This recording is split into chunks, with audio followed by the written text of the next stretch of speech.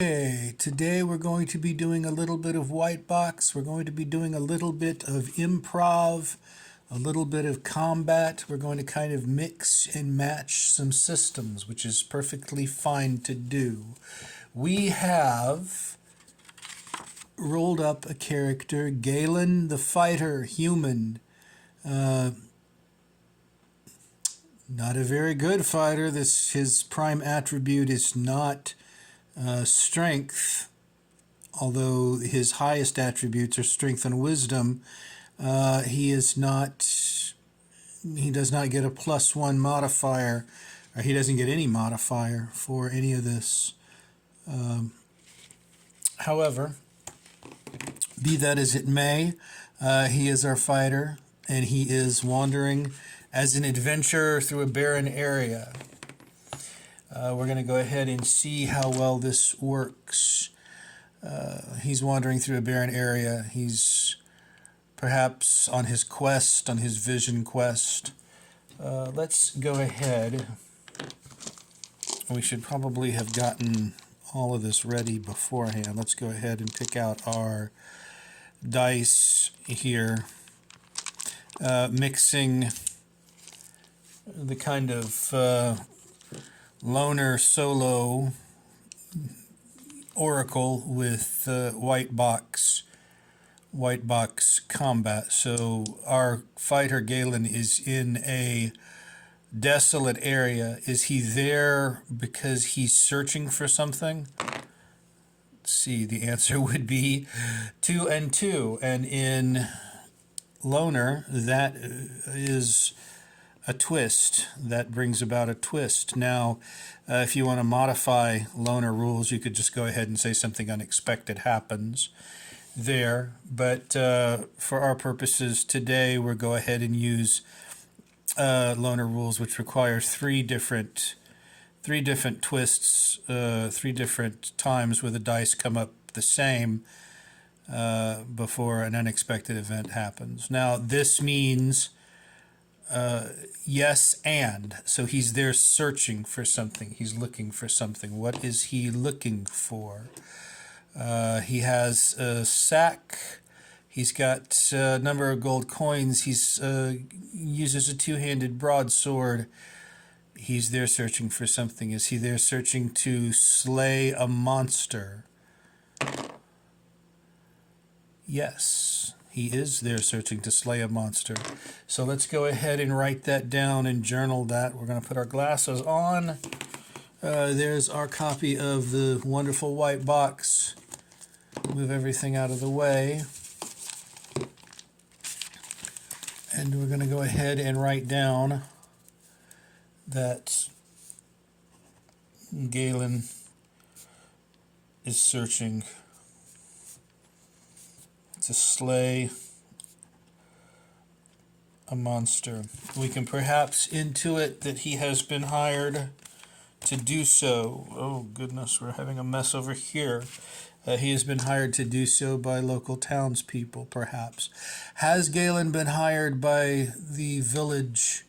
Has he been sent out by the village to find a monster that is tormenting them? No. So we can intuit that we could interpret that as saying he is out there to find or to encounter this beast. He's out there looking for it. It has been feeding off of, perhaps, or terrorizing the local villagers. And he's out there to do something about it. Maybe because he's just such a great guy, eh? Let's go ahead and find a suitable stand-in for our... That's not going to do it. That is not really going to do it. Oh, goodness. We'll just go ahead and... Okay, there we go. There is... He's not exactly carrying a broadsword, but he is carrying a weapon, and he's obviously a fighter. This is our Galen here. So yeah, he's in a barren place, or he's in a barren plain. He hears perhaps some noises. There are footsteps coming behind him.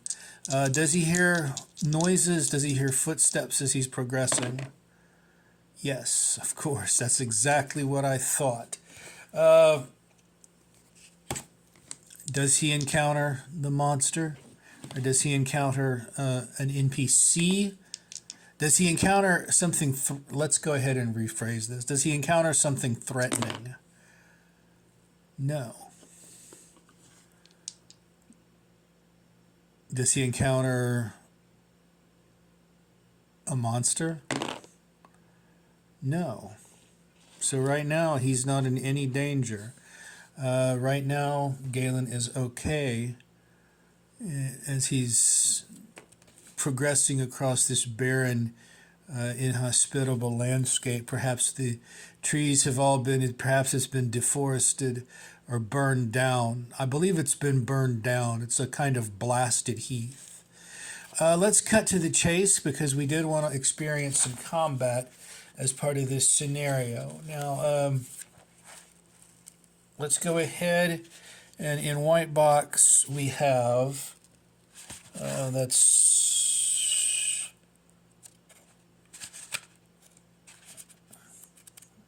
looking for it. Spell, magic user spells. Target armor class. When I want something, it's not there. Spell list. Running the game. Tables by dungeon level, but we're not in a dungeon. We are in a barren place.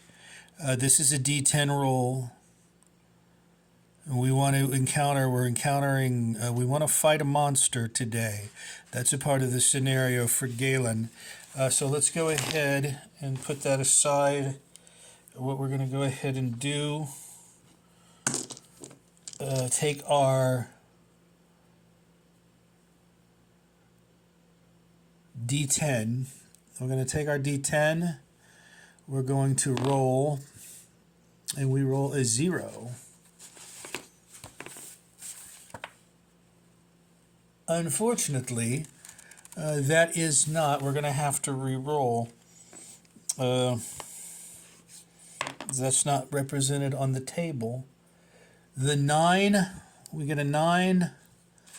The 9, we encounter the undead. So behind us we hear, or Galen hears at least, footsteps. What direction are they coming from? Now this is an interesting, the best way I've found to find direction is to roll the D8. Roll the D8. It's coming from 3. So 1 is north, 2 northeast, 3 east. So Galen is proceeding, and from the east he hears footsteps coming closer. Let's go ahead and journal. Write down from the east. He hears footsteps. This desolate area, this burned over area, may also be an old burial ground, so that would explain the presence of an undead. The thing that we need to figure out is exactly how far away is this undead. How far?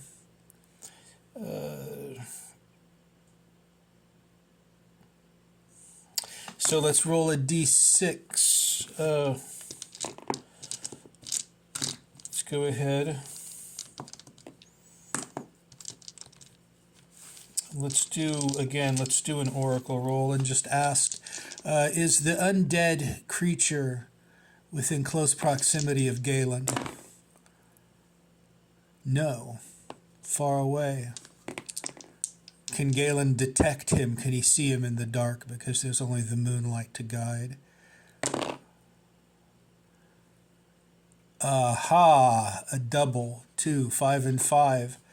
5 and 5, giving us another twist here. One more twist and an unexpected event occurs. Galen knows that there's something in the distance. Something in the distance. Let's ask again, is it getting closer to him? Or is it close enough to him? Yes, it's getting closer. Does he decide to confront it?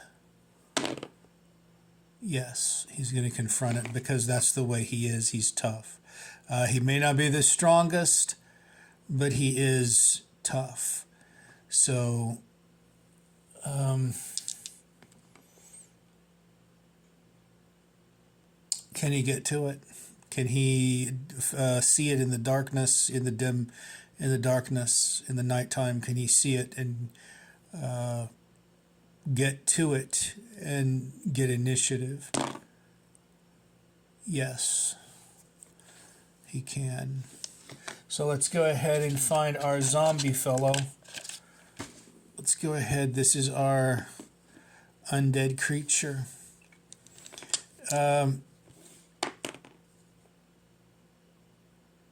And again, the distance. Let's go ahead, and what we can do here is we can simply take the card deck, take the 52, standard 52 card deck. We know they're in close proximity to each other. So let's go ahead and see, since we are using a game grid, 10. So if you doubled that, that would be 20, say 20 feet from each other. That's not too close. That is not too close. So that's two, well, again, if each square represents 10 feet, they are at a distance where you couldn't, he would have to rush forward to get the zombie or to get the undead. The undead comes out of the darkness. Yeah. And he sees him 20 feet above. So he is not using, Galen here is not using any kind of ranged weapon. He has a hammer that he could throw. So let's go ahead and see, because the undead is not going to race forward. The undead, let's just use common sense. The undead are always typically shambling and slow. Galen is, he's carrying, let's see the movement chart here. If we can find it. Movement rate adjustments. Normal running, double the movement rate. He's carrying, Galen is carrying, he's 10 pounds plus the, oh, that damn autofocus. 10 pounds plus the mail, his chainmail weighs him down. That chainmail armor is 50, so 50, 60. So he's carrying about 60, and the movement rate is, for a human, is 9. So he can, let's say, if he is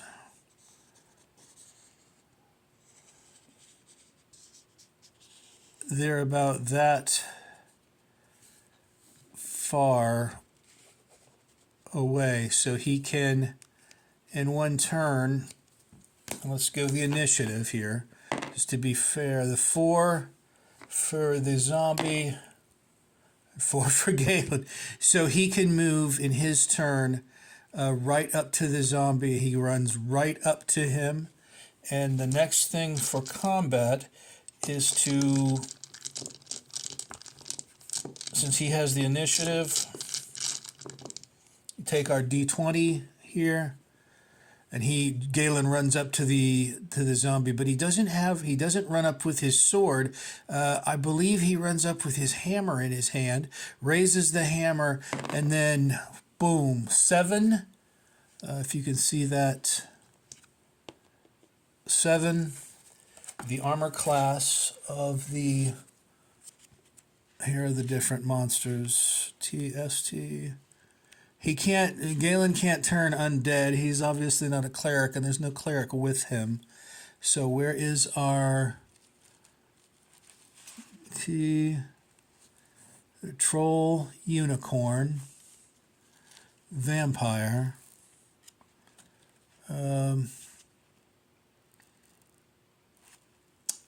Okay, I'm not seeing undead. I am not seeing a zombie. There we go. There we go. Armor class 8. Armor class 8 or 7. So we're using ascending armor class. Galen would have to have rolled over 12. And he didn't do it. So somehow the zombie manages to dodge out of the way, or it instinctively moves out of the way of his hammer, and now it's the zombie's turn. Galen's armor class is his armor class, ascending armor class is 14. So the zombie has to go over 14. And that is a complete miss. Complete miss. That's a 1. So he does not make it over Galen's ascending armor class. Even if he had a bonus of some kind, he wouldn't do so. We are at 16 minutes, 17 minutes. This is going to take the next 14 years to upload because the internet here is so slow. This is just a little example of how I would run combat against a zombie or anyone with this scenario using Whitebox, and Whitebox is wonderful. This is just a little example, and also of how you can integrate different Oracle systems with your gaming using a Whitebox system. You could use the Mythic GM emulator. I like to use Loner, but there are various. Obviously, you can do it in many different ways. It's your game. This is solo role-playing. That's about all for right now. Thank you, everyone. You have a wonderful morning. Bye-bye.